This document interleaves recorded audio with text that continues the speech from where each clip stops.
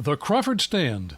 This week, the president of Crawford Broadcasting Company, Don Crawford, talks about violence. He's very much against it. Thou shalt not kill. Thou shalt not kill. So say the Scriptures, and so say I. How about you? The thou means you, my friend, my fellow American, and the thou means me. Nobody should kill. Nobody. However, violence, including killing or the ever-present possibility thereof, now runs rampant in America. The George Floyd era has unleashed a license in behavior, allowing, if not condoning, violence, and that violence can well include murder, killing.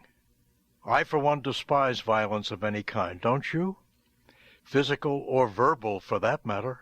And boy, there's a lot of verbal violence out there. I could never, ever kill another human being, even if my own life was at stake. Could you? I refuse to own guns. I know well the arguments of defending family, friends, and especially children, but I could not do that with guns and knives. I take the biblical admonition seriously, and for me, there has to be another way. What do you think? How do you act? And how do you live? And would you kill? But violence seems commonplace in some parts of America, even expected. Killing happening often with impunity. In a recent weekend, 9 human beings were killed in Chicago. 9! African American, all of them. 4 of those 9 were children. Innocent children. No one, it seems, outside of that Chicago neighborhood, Austin, west of Chicago, no one seems to care. The country is obsessed with the killing of George Floyd, but could care less about the killing of 4 innocent children in a suburb of Chicago. 3-year-old Mekhi James, an African-American child living in Austin, Chicago, was shot in the back and killed when someone fired several rounds into the SUV his father was driving. 3 years old, this little innocent African-American child. Dead. Where's the outrage? Where is it? And where is the proactive response of Chicago's mayor, herself an African-American and female? Where is the response, the caring, and the promise of justice for those 4 children and the 5 adults killed with them that weekend? 9 African Americans killed in one weekend in Chicago. Where is the outrage? 2 hours after Mekhi James was brutally murdered, that same weekend, Amaria Jones, 13 years of age, was fatally shot in the neck. Fatally shot in the neck as she sat, get this clearly now, inside her home. Inside her home. Can you believe that? 13 years old. Dead and gone. Does anybody care about Amaria Jones? Anybody? Including Chicago's African-American lady mayor. Does anybody care? And will anybody do anything about it? And then killed was Jason Francis, 17 years old. 17. Also a resident of Austin in Chicago area. Innocent was he, but slaughtered by butchers, murderers who could care less about the biblical commandment, thou shalt not kill. Does anybody care about these 9 African Americans? 5 adults were killed in addition to the 4 children. Violence, killing black. And does anybody care? Anybody? I do, and I have asked my Chicago stations to do something about it. Action, not words. All those lives matter. They matter every bit as much as George Floyd, brutally murdered in Minneapolis, Minnesota, to be sure. No justification for that. And they matter every bit as much, these 9, as the killing of Rayshard Brooks in Atlanta. Floyd and Brooks were killed by police officers, and Mekhi James was shot and killed by black criminals, thugs, hoodlums, killers, and murderers. The bottom line is the same. Floyd and Brooks could and should be alive. They should. No question about it. No justification for their killings. But so should 4 young African-American children as well. They should be alive. Does anybody care? Anybody about those 4 innocent black children murdered in Austin, Chicago? In Philadelphia, the so-called city of brotherly love, but really now vandals and hoodlums in so many areas, gangs of rioters rolled through several neighborhoods, burning businesses and cars. There was only a tepid, lackluster response from the Philadelphia Police Department, as so many minorities vandalized and violently destroyed the property of good people, including any number of businesses owned by other minorities. Many wondered why there was not a more aggressive response from the Philadelphia Police Commissioner herself, Danielle Outlaw. She, an African American, as so many violently vandalized. Philadelphia Mayor Jim Kenney, a considerable liberal progressive Democrat, sheepishly condemned the violence on the one hand, but immediately seriously questioned the use of his police force to stem the violence with non-lethal tear gas. Come on, Kenney. Every liberal politician must toe the line, the party line, condemning the police and police forces, even though the vast, vast majority of these civil servants are good men and good women, concerned with the rule of law and determined to uphold the law and to prevent violence.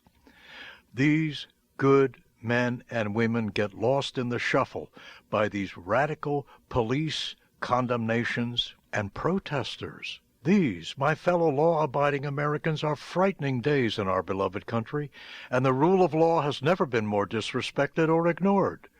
Scary times indeed for we the people who love America, believe in our Constitution and the rule of law, and even as we love our country, we despise violence and killing. We despise it. We believe firmly and unequivocally that any civilized person, and especially any person of faith, lives by that biblical admonition, "Thou shalt not kill. Thou shalt not kill." New York City releases criminals charged as such without bail. The city also releases convicted prisoners because of corona. And for the first 3 weeks in June, 3 weeks in New York City, the 5 boroughs thereof, witnessed 125 shootings. Let me repeat that. In just 3 weeks, the 5 boroughs of New York City witnessed 125 shooting incidents. Unbelievable. Mayor de Blasio of New York self-righteously proclaimed, "We are not going to allow gun violence to continue to grow in this city," and did absolutely nothing about it. A few shots at the police here and there, but nothing else. Talk. Nothing but talk, because the talk was backed by no action of any kind, virtually none. The mayor declared the shootings, the killings, and the violence a troubling trend, and then went back to his usual liberal, progressive, non-support of the New York Police Department. And the violence and the killings continue. In downtown St. Louis, 4 police officers were shot by some coward randomly shooting at police lines, said Police Chief John Hayden. To add insult to injury, now comes Black Lives Matter, what a group, and they demand this great city change its name because St. Louis somehow, some way, has some kind of racist history attached. Oh, what a world. Change the name? What a place America has become as the rule of law crumbles in so many locations. By the way, Black Lives Matter are coming after Jesus. Are you aware of that? Black Lives Matter is showing its true colors. It's coming after Jesus. And the violence continues. Violence begets more violence. Radical groups like Antifa exploit violent opportunities. These groups foster protest, which may start peacefully, but invariably end up violently. The violent know that so much of the resistance is mere talk. Presumptive Democratic presidential candidate Joe Biden gave a 20-minute speech in Philadelphia, 20 minutes, on the topic of systemic racism. I bet you a nickel to a donut Big Joe has no idea what systemic racism is. Anyway, Biden devoted all of 20 or so seconds to the violence, stating that there is no place. No place? There is no place for looting or destroying property or burning churches or destroying businesses, many of them built by the very people of color who, for the first time in their lives, are beginning to realize their dreams and build wealth for their families. Oh, thank you, Joe. That's it? Huh? No place? Well, if you were president, Mr. Biden, what would you do about it? What would you do? Didn't hear anything about that. No recommended action, no support of the local police departments or the National Guard or any other first responders who risk lives to protect and defend. Nothing. More talk and little more than a further contribution to the sense of license for the violent and seemingly fostering the notion that in this Floyd Brooks era, anything goes. Anything goes. If Biden happens to be elected president of our country, my fellow Americans, watch out for law and order. Watch out. John Wood, Jr., a national leader of Braver Angels, notes the so-called boiling over of minority pain and the violence which accompanies alleged remedies for that pain. And he, a 33-year-old biracial African-American with a white father and a black mother, asks the following question. The pain is real, but so is the progress that our ancestors, African-Americans, fought for and realized. Do we conserve and build on it? Do we? In search of Martin Luther King Jr.'s beloved community, that was peaceful. Or do we reject an American project for which our own people have sacrificed so much? Great question. This indeed is the real issue for all African Americans. Is it a conversation, a critical conversation, as Wood Jr. states, that all black Americans must address? Is it? Perhaps, Wood Jr. wonders, right-thinking, law-abiding, peace-loving Americans of all colors would be more turned off by the violence and really approach more seriously peaceful resolution of problems. I believe that the vast majority of African Americans are good, law-abiding citizens. So many are strong people of faith and determined to effectuate any necessary change by peaceful means. Don't you? I believe that. They would rather solve problems by dialogue and with discussion and with mutual respect one for another and for all people, no matter the color. They are the ones that must stand up, start and pursue the peaceful dialogue for change wherever it is necessary, and passionately condemn the violence, including the killings of any kind, and especially the killings of men like Floyd and Brooks who did not deserve to die. Without that, my fellow Americans, America is doomed to civil disobedience and violence and unrest and distrust, perhaps forever. The common concern seems to be systemic racism, and everybody seems to be using that terminology. Systemic racism. But I ask the following questions. What exactly is systemic racism? What is it? Has anybody bothered to define it? And this question, who is guilty of the practice? Who? Name names. And how? How is this systemic racism perpetuated? How? And what? What are actual, practical, achievable remedies? Good questions, don't you think? Well, I'll tell you what. In my company, there is no racism, systemic or otherwise, and there is none in my life. I know of no racist in my family or among my friends. None whatsoever. And if there were any of that, or any such person, I would confront him or her, demand change, or move on from that individual. I despise racism. There is not one tiny bit of racism in my company, the Crawford Broadcasting Company, anywhere by anyone. If there were, I would deal with it and eradicate it overnight. If any employee of this company committed any kind of racist act, I would terminate that employee immediately, no matter who he or she was or how long they had worked for this company, without a second chance. You may find it interesting, my friends, that 52%